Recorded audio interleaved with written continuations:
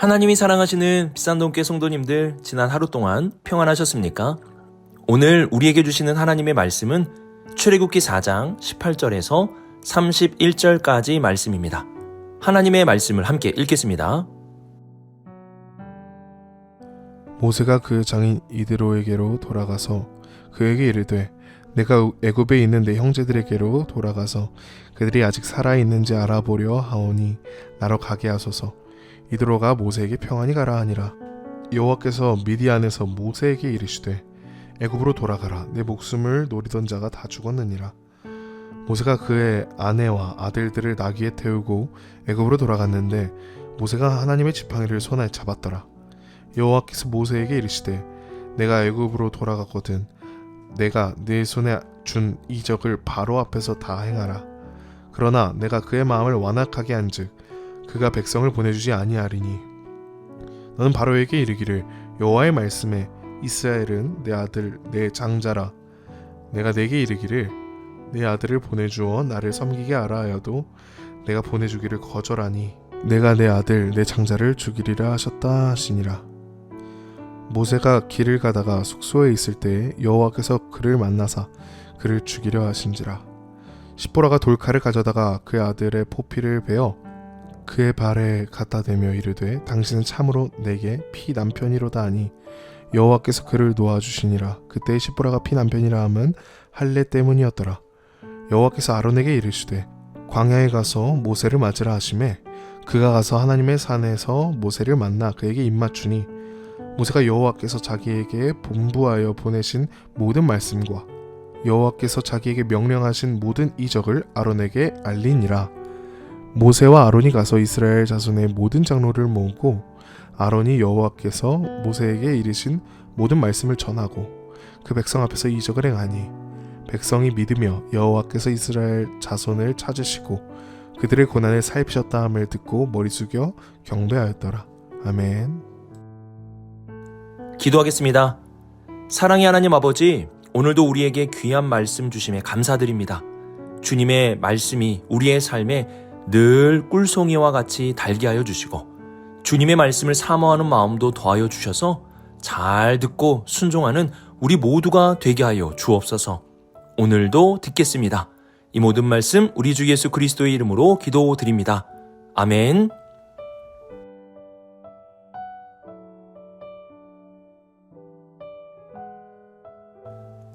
(18절을) 보시면 모세는 자신의 장인 이드로에게 애굽에 있는 형제들에게 돌아가겠다는 말을 합니다. 출애굽기 2장 16절에 나와 있듯이 이드로에게는 아들이 없고 7명의 딸들만 있었습니다. 험한 광야 생활에서 남성들은 안전과 보호의 역할을 해주었습니다.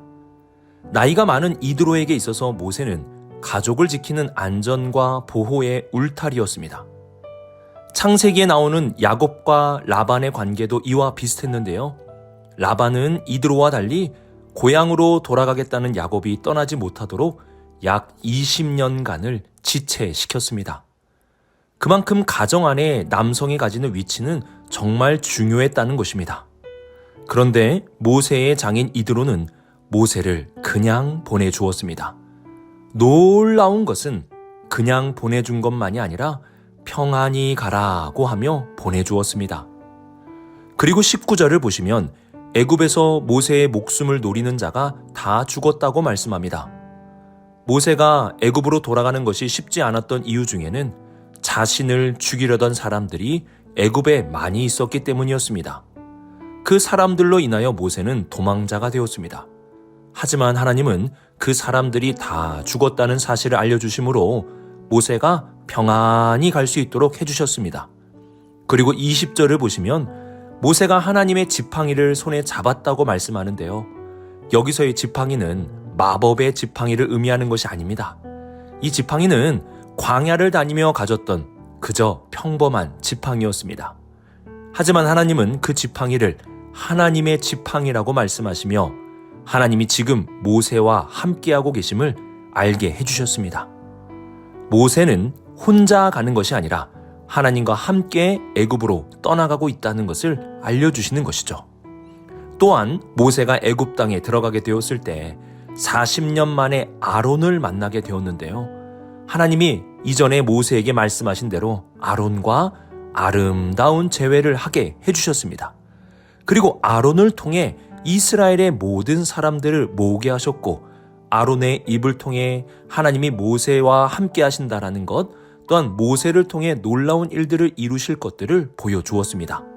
그리고 31절 하반절 말씀을 보시면 그들이 이 모든 것을 듣고 머리 숙여 경배하였다고 말씀합니다. 이는 하나님이 모세를 보내신 것과 모세가 전하는 것이 하나님의 말씀이라는 것을 믿었다는 것을 의미합니다. 모세는 애굽에 가기 싫다고 무려 5번이나 하나님께 거절하였지만, 모세가 순종하며 나아갈 때에 그의 모든 일은 평안함으로 시작되었고 결국 믿음으로 마무리하게 되었음을 보여줍니다. 하나님이 주시는 말씀들을 우리가 볼 때는 어려워 보이는 것들이 있습니다. 하지만 하나님의 말씀에 순종하며 나아갈 때 하나님은 우리에게 평안함을 주시고 그 모든 것을 이루어 주시는 것입니다. 그러므로 우리가 순종하지 못하는 이유는 내 능력이 부족하기 때문이 아닙니다. 이렇게 평안함을 주시고 모든 것을 이루어 주실 하나님을 믿지 못하기 때문입니다. 우리는 이러한 하나님을 믿음으로 순종하면 되는 것입니다. 오늘 모세와 같이 우리가 순종함으로 나아간다면 하나님은 우리에게 평안함을 주실 것이고 믿음 안에서 모든 것을 이루어 주실 것입니다.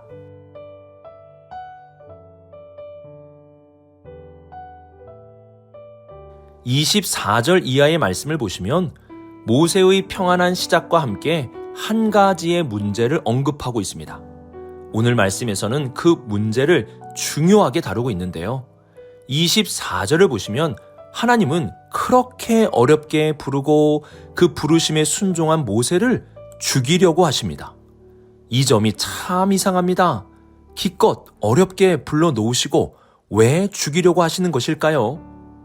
먼저 하나님은 모세를 죽이기로 결심한 것이 아니라 모세를 죽이기로 시도하셨다는 것을 알아야 합니다.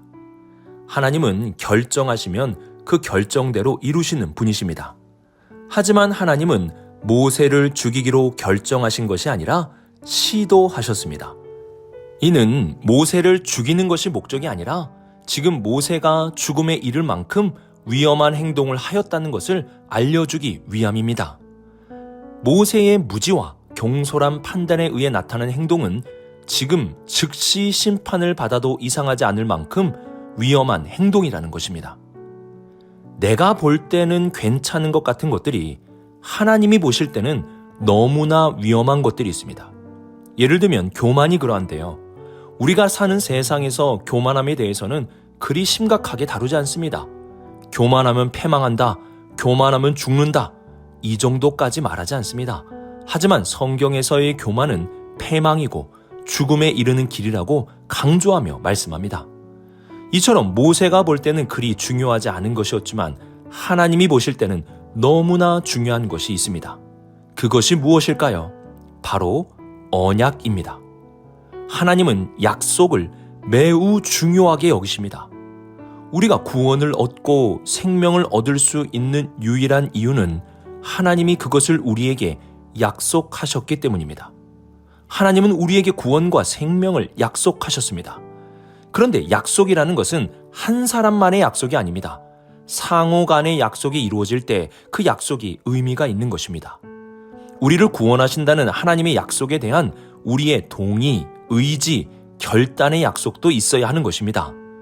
그래서 하나님은 아브라함과 약속을 맺으실 때에 갈라진 재물 사이로 지나시며 하나님이 약속을 지키시겠다는 것을 표명하시고 아브라함에게는 할례를 받으라고 명하셨습니다. 창세기 17장 19절을 보시면 하나님께서 할례에 대해서 이렇게 말씀하셨습니다.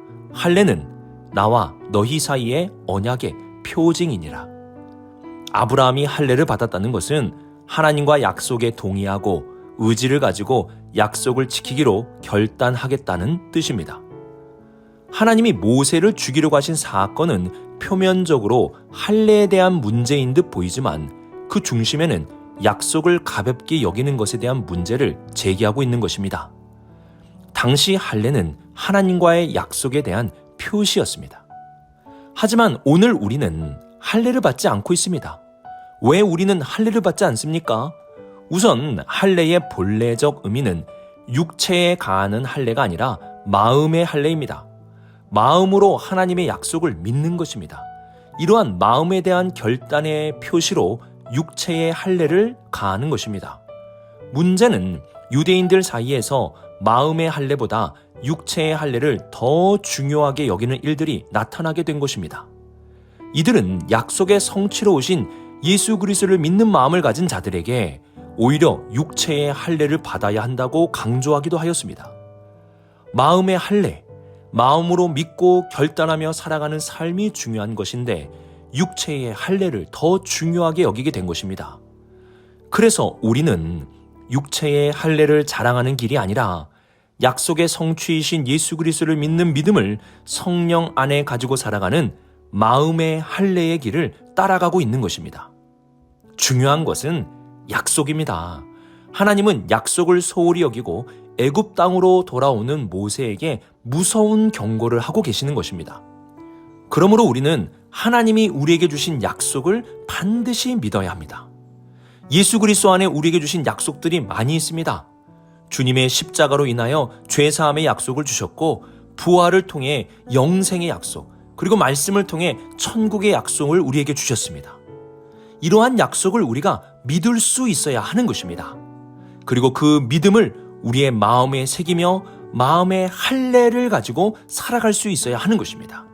하나님은 이러한 약속에 대한 우리의 믿음, 마음의 할례를 중요하게 보십니다.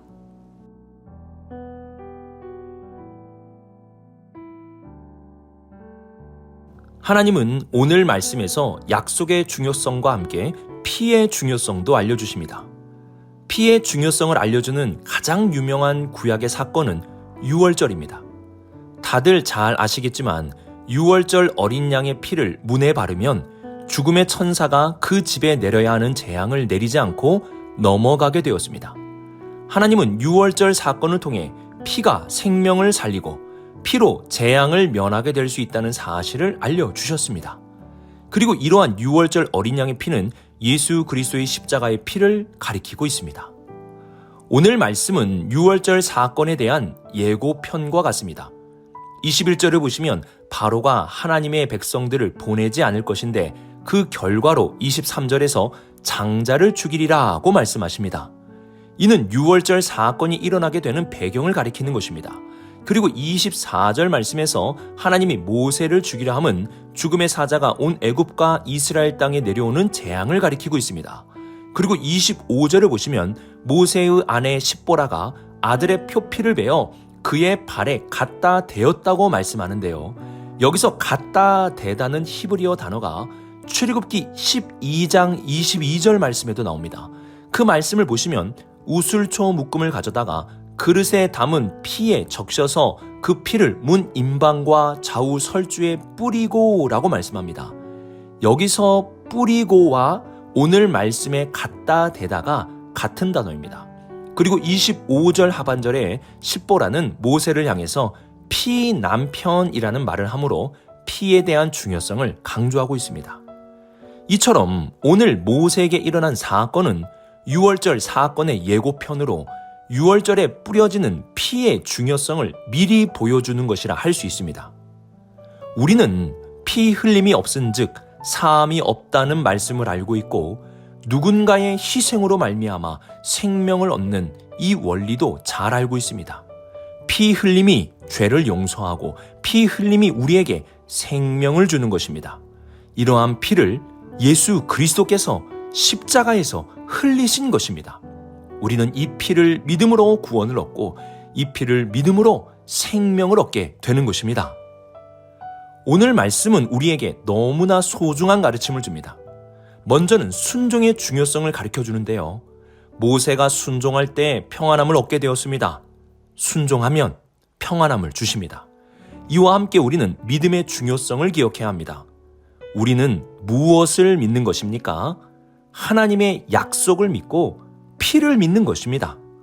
하나님이 약속하신 것은 반드시 이루신다는 것과 유월절 어린 양이신 예수 그리스도의 피가 재앙을 넘어가게 하며 우리의 죄를 사하고 우리에게 생명을 주신다는 것을 믿는 것입니다. 이러한 순종과 믿음의 중요성에 대해서 오늘 본문이 우리에게 말씀하고 있는 것입니다. 그러므로 오늘 하루도 주님의 말씀에 순종함으로 평안함을 얻으시고 하나님의 약속과 보혈의 피를 믿음으로 재앙을 넘어 죄 사함과 구원을 얻을 수 있는 우리 모든 성도님들이 되시길 주님의 이름으로 축복합니다. 기도하겠습니다. 사랑의 하나님 아버지, 우리의 마음이 불안할 때 순종하게 하여 주옵소서. 하나님을 믿음으로 순종하게 하시고 하나님의 약속을 믿음으로 이 세상을 살아가게 하여 주옵소서. 무엇보다 예수 그리스도의 보혈을 믿음으로 재앙을 넘어 죄 사함, 죽음을 넘어 영원한 생명과 구원을 얻는 우리 모두가 되게 하여 주옵소서. 이 모든 말씀 하나님의 아들 우리 주 예수 그리스도의 이름으로 기도드립니다. 아멘.